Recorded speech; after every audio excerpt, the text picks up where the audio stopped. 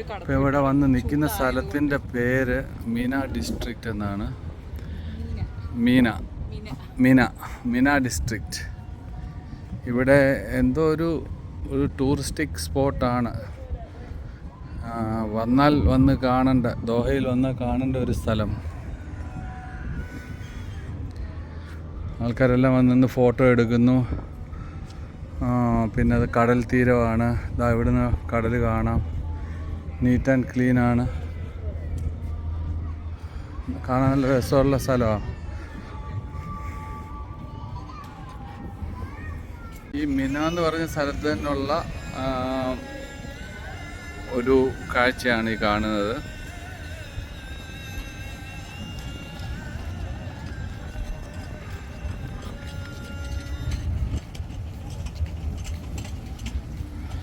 Doha എന്ന് പറഞ്ഞ city ഞാൻ വരുമ്പോൾ, ഞാൻ നേരത്തെ വന്നപ്പോൾ നമ്മൾ ഫുട്ബോളൊക്കെ കണ്ടങ്ങ് പോകുമായിരുന്നു. ഇപ്പോഴാണ് ശരിക്കും ഞാൻ സിറ്റിക്കുള്ളിലൂടെയൊക്കെ സഞ്ചരിച്ചപ്പോഴാണ് ഇവർ സിറ്റി ഇത്ര മനോഹരമായിട്ടാണ് വെച്ചിരിക്കുന്നത് എന്നുള്ളത് അറിയാൻ സാധിക്കുന്നത്. ശരിക്കും ദുബൈയെക്കാട്ടിലും വലിയ ദുബൈയെ പോലെ തന്നെ ഒരു വെൽ ഡെവലപ്ഡ് ആക്കി, എല്ലാം നീറ്റ് ആൻഡ് ക്ലീൻ ആക്കിയാണ് എല്ലാം വെച്ചിരിക്കുന്നത്. ഓരോ കാര്യങ്ങളും ശ്രദ്ധിച്ചാൽ അറിയാൻ സാധിക്കാതെ. ഇവിടെ പക്ഷേ എന്തുകൊണ്ടോ ദുബൈയുടെ അത്രയും ഒരു പ്രസിദ്ധമായിട്ട് ഒരു ട്രാൻസിറ്റോ അങ്ങനെ ആയിട്ട് വരാത്തത് എന്തുകൊണ്ടാണെന്ന് മനസ്സിലാകുന്നില്ല. കാര്യം ഇവിടുത്തെ ഇൻഫ്രാസ്ട്രക്ചറൊക്കെ വളരെ ഇവരെ അപ്രീഷിയേറ്റ് ചെയ്യേണ്ട ഒരു സംഭവം തന്നെ. അവർ ഓരോ കാര്യങ്ങളും ശ്രദ്ധയോടുകൂടിയാണ് അതൊക്കെ അവരുടെ ആ ഒരു സിറ്റിയൊക്കെ വെച്ചിരിക്കുന്നത്. എനിക്കങ്ങനെയാണ് ഇവിടെ വന്നൊരു 3-4 ദിവസം നിൽക്കുമ്പോഴുണ്ടാകുന്ന അനുഭവം, കാഴ്ചകളും. ഒന്നാണ് സീ പോർട്ട് ദോഹ. ഇവിടെയാണ് കണ്ടെയ്നേഴ്സ് എല്ലാം വരുന്നതും ഷിപ്പെല്ലാം വന്നിട്ട് ക്ലിയറൻസും കാര്യങ്ങളൊക്കെ നടക്കുന്ന സംഭവമാണ് ഈ കാണുന്ന ക്രൂസ് ഷിപ്പിൻ്റെ അല്ലേ.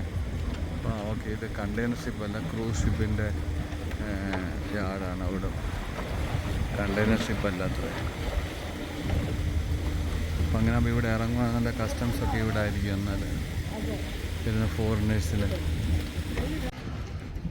ഇതുവഴി നടക്കുമ്പോൾ ഒരു സ്ലൈറ്റ് കാറ്റുണ്ട്, അതുകൊണ്ട് വലിയ ടയർഡ്നെസ് ഒന്നും ഫീൽ ചെയ്യുന്നില്ല. ഈവൻ ഹോട്ട് ക്ലൈമറ്റ് ആയിട്ടുകൂടി നമുക്ക് അത്ര വിയർപ്പോ അല്ലെങ്കിൽ അങ്ങനെ ഒരു ടയർഡ്നെസ്സോ ഫീൽ ചെയ്യില്ല. നല്ല ക്ലൈമറ്റ് പോലെ ഫീൽ ചെയ്യുന്നു. ഈ കാണുന്നതാണ് ക്രൂസ് ഷിപ്പൊക്കെ വന്നു കഴിഞ്ഞാൽ അടുക്കുകയും എന്നിട്ട് അവിടെ നിന്ന് ആൾക്കാരെ ഇറക്കി ഇവിടെയൊക്കെ ദോഹയൊക്കെ കാണിക്കാനൊക്കെ ഇറങ്ങുന്ന ഒരു ലോഞ്ച് ഏരിയയാണ്. അത് ഇവിടെ കസ്റ്റംസും ഒക്കെ ഉണ്ടെന്നാണ് പറഞ്ഞത്, വരുന്നവർക്കുള്ള ഇമിഗ്രേഷനൊക്കെ.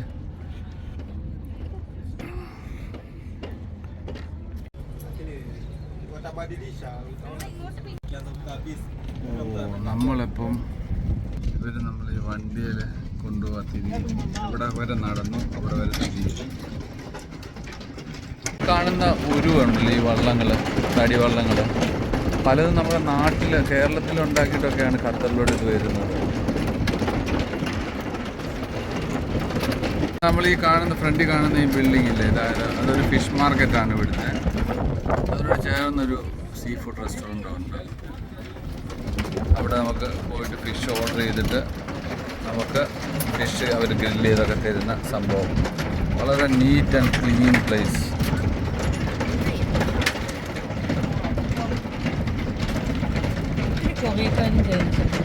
ഇഷ്ടംപോലെ ചൈനീസിനെയും കൊറിയക്കാരെയും ഒക്കെ ഇവിടെ കണ്ടു. മനോഹരമായിട്ട് ഒരു 3-4 കിലോമീറ്റർ നമ്മളിപ്പം ഈ വണ്ടിയിൽ ഇങ്ങനെ പോവാം, ആ അറ്റം മുതൽ ഈ അറ്റം വരെ. വളരെ രസകരമായിട്ട് ഓരോ റെസ്റ്റോറൻറ്റുകളും അതുപോലെ കടലിനോട് ഫേസ് ചെയ്തിട്ട് നീറ്റ് ആൻഡ് ക്ലീൻ, പെർഫെക്റ്റ്. ഒരു കച്ചടയോ അല്ലെന്നുണ്ടെങ്കിൽ അങ്ങനെ എന്തെങ്കിലും ഇവിടെ നിന്ന് കാണാനില്ല. ഇവിടെയൊക്കെ ക്രൗഡ് വരുന്ന പ്ലേസാണ് ഓഫ് കോഴ്സ്, നോ ഡൗട്ട്. പക്ഷേ അവർ വളരെ പെർഫെക്റ്റ്ലിയാണ് അതെല്ലാം മെയിൻറ്റെയിൻ ചെയ്ത് വെച്ചിരിക്കുന്നത്. നല്ല ആഴമുള്ള കടലാണ്, അതുകൊണ്ട് ഇവിടെ എഴുതി വെച്ചിട്ടുണ്ട് വാർണിംഗ് ഡീപ്പ് വാട്ടർ എന്ന്. അപ്പോൾ വീണ് കഴിഞ്ഞാൽ വെള്ളം കുടിച്ച് ചാകാം എന്ന് പറഞ്ഞതിനർത്ഥം. സൂക്ഷിച്ചാൽ കുഴപ്പമില്ല. ഇവിടെ ഇങ്ങനത്തെ ഇതൊക്കെ ഇട്ടിട്ടുണ്ട്, എന്നാലും ഇവർ കുട്ടികളും ഒക്കെ ആയിട്ട് വരുമ്പോൾ കുറച്ച് കെയർഫുള്ളായിരിക്കണം, അവരെ വളരെയേറെ ശ്രദ്ധിക്കണം. അവരതിൻ്റെ ആ സിഗ്നൽ തന്നിട്ടുണ്ട് ഒക്കെ കെയർ ചെയ്യണമെന്ന്. ഇവിടെയൊക്കെ ലൈഫ് ജാക്കറ്റും ഒക്കെ ഇട്ടിട്ടുണ്ട്. ലൈഫ് ജാക്കറ്റല്ല, റിങ് എല്ലായിടത്തും ഇൻ കേസ് എന്തെങ്കിലും അപകടം വന്നാൽ അത് ഇട്ട് കൊടുക്കാനായിരിക്കണം. അതെ, ഇത് കണ്ടില്ലേ, ഇതൊക്കെ ഇവിടെ അവർ സജ്ജീകരിച്ചിട്ടുണ്ട്. ആ പാവം നമ്മളെ തിരിച്ച് പിന്നെ കൊണ്ടുപോവാ. ഫ്രീ സർവീസ് അതാ പറഞ്ഞ, അതുകൊണ്ടാണ് പാവം എന്ന് പറഞ്ഞ്. കാശ് കൊടുക്കാതെ പോവല്ലേ. അങ്ങനെ മോളെ പറഞ്ഞിട്ട് കാര്യമുണ്ട്. നമ്മൾ അവരെ അങ്ങോട്ട് കൊണ്ടുപോകുന്നു, ഇങ്ങോട്ട് കൊണ്ടുപോകുന്നു,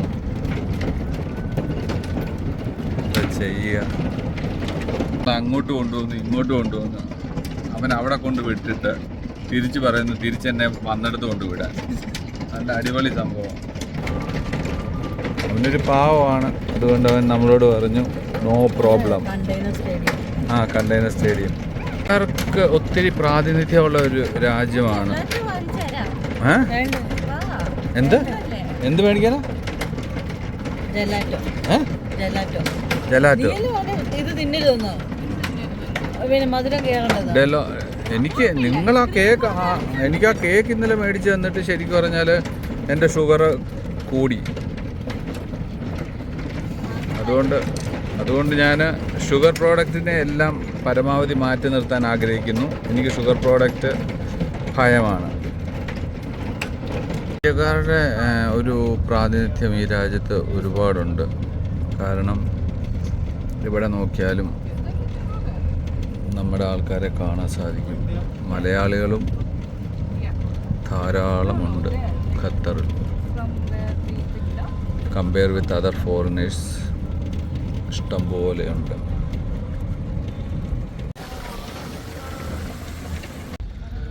ഇപ്പം നമ്മൾ കണ്ടുകൊണ്ടിരിക്കുന്നതെല്ലാം മിന റീജിയനാണ്.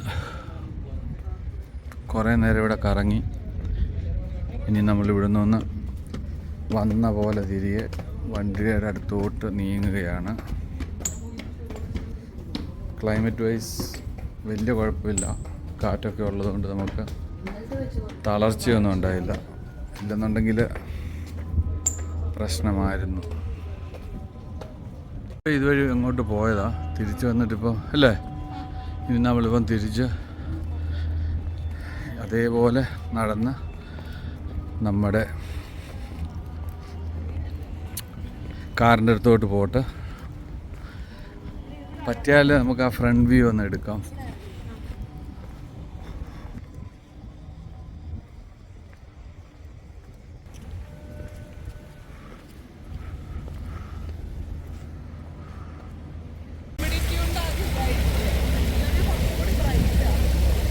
അത് ശരിയാണ്, ഇത് നമുക്ക് കുറേ കൂടെ ബ്രൈറ്റായിട്ട് കാണാൻ പറ്റുമായിരുന്നു. ഇപ്പോൾ ക്ലൈമറ്റിൻ്റെ ഒരു റീസൺ കൊണ്ടാണ് ഒരു ചെറിയ മങ്ങൽ.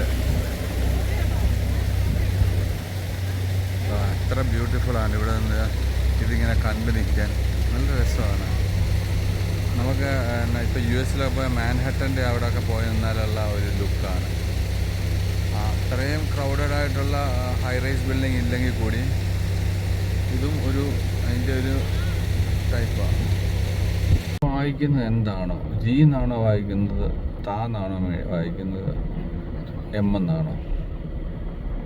ഇപ്പം ഇതിനൊരു കമ്പാരിസൺ പറയുകയാണെന്നുണ്ടെങ്കിൽ ബോളിവുഡൊക്കെ പോയി കഴിഞ്ഞാൽ എങ്ങനെയാണ് അതിൻ്റെ ഒരു അതുപോലത്തെ സംഭവമാണ്. ഇതിനകത്ത് എല്ലാം ഉണ്ട്, റെസ്റ്റോറൻറ്റുകളും അങ്ങനെ വന്ന് ഇരുന്ന് ഇങ്ങനെ നടന്ന് ഇവിടെയൊക്കെ കണ്ടുപോകാവുന്ന ഒരു വില്ലേജ് ടൈപ്പ് സംഭവം അതിനെ ക്രിയേറ്റ് ചെയ്തിരിക്കുകയാണ്, വെസ്റ്റ് വോക്ക് എന്ന് പറഞ്ഞിട്ട്. പക്ഷെ അതിൽ ഇപ്പോൾ ഈ ചൂടൊക്കെ ഉള്ളതുകൊണ്ട് നമ്മൾ നടക്കുമ്പോൾ ഇടയ്ക്കിടയ്ക്ക് വഴിയിൽ ഈ വോക്ക് വേയിൽ ഇടയ്ക്കിടയ്ക്ക് നല്ല തണുത്ത കാറ്റ് തരുന്ന സംഭവം ഇവർ ക്രിയേറ്റ് ചെയ്ത് വെച്ചിട്ടുണ്ട്. സംഭവം കൊള്ളാം.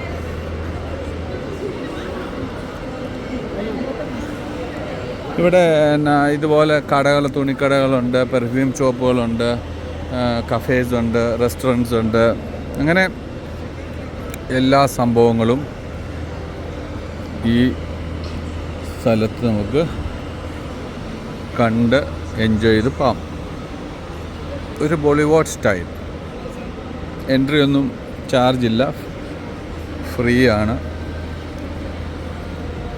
ഇതിപ്പോൾ എനിക്കിവിടെ എവിടെ ഒരു തണുത്ത കാറ്റ് കിട്ടി. ഈ ഗ്രില്ല് ഇതുവഴി നമ്മൾ പാസ് ചെയ്യുമ്പോൾ തണുപ്പാണ്. അങ്ങനെ നമ്മൾ ഇവിടെ എല്ലാം കറങ്ങി, ഈ വെസ്റ്റ് വോക്കിൽ കൂടെ കുറേ നേരം കറങ്ങി. അതിന് ശേഷം ഇനിയിപ്പോൾ ഡിന്നർ കഴിക്കാൻ വേണ്ടി പോവാണ്. നമ്മുടെ ഇവിടെ ഉണ്ണിമോളുണ്ട്. ഉണ്ണിമോളുടെ ഫാമിലിയൊക്കെ ആയിട്ട് അവർ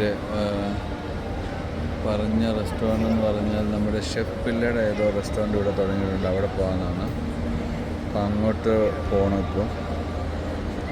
അപ്പം അതിനിടയിൽ ഇവരിവിടെ യായാന്നോ യോയോന്നോ എന്താ പറഞ്ഞ ഒരു യോഗട്ട് ഐസ്ക്രീമിൽ വന്നിട്ട് അവിടെ കയറിയിട്ടുണ്ട്. അവർ ജസ്റ്റ് അത് വാങ്ങിയിട്ട് മുന്നോട്ട് പോകാൻ വേണ്ടി ഇവിടെ വന്നിങ്ങനെ ഇരിക്കുക. നമ്മളപ്പം ഷെഫ് പിള്ളയുടെ ഖത്തറിലുള്ള ഒരു ബ്രാഞ്ചിലോട്ട് ആഹാരം കഴിക്കാൻ വന്നിരിക്കുക. ഷെഫ് പിള്ളയുടെ റാബ് റോസ്റ്റ്, റാബ് കറി,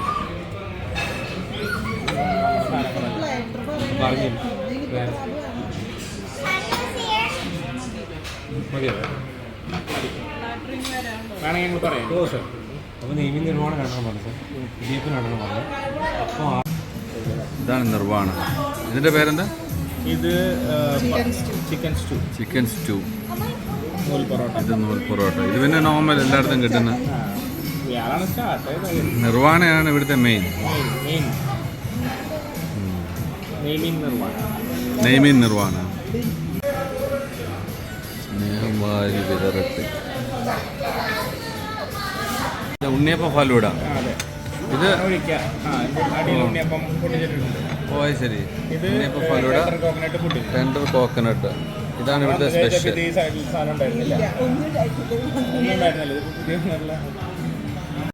അങ്ങനെ ഷെഫ് പിള്ളെ റെസ്റ്റോറൻറ്റ് ഡിന്നറെല്ലാം കഴിഞ്ഞിട്ട് നമ്മൾ തിരികെ ഹോട്ടലിലോട്ട് പോവാണ്. റെസ്റ്റോറൻറ്റിനെ പറ്റി പറയുകയാണെങ്കിൽ ഫുഡൊക്കെ ഒരു ആവറേജ് ആയിരുന്നു. കാര്യമായ രീതിയിൽ നമുക്ക് വാവ് എന്ന് പറയുന്ന ഒരു ഡിഷും കഴിച്ച് എക്സ്പീരിയൻസ് എടുക്കാൻ പറ്റിയില്ല. എനിവേ നമുക്കിനി അടുത്ത വീഡിയോയിൽ കാണാം.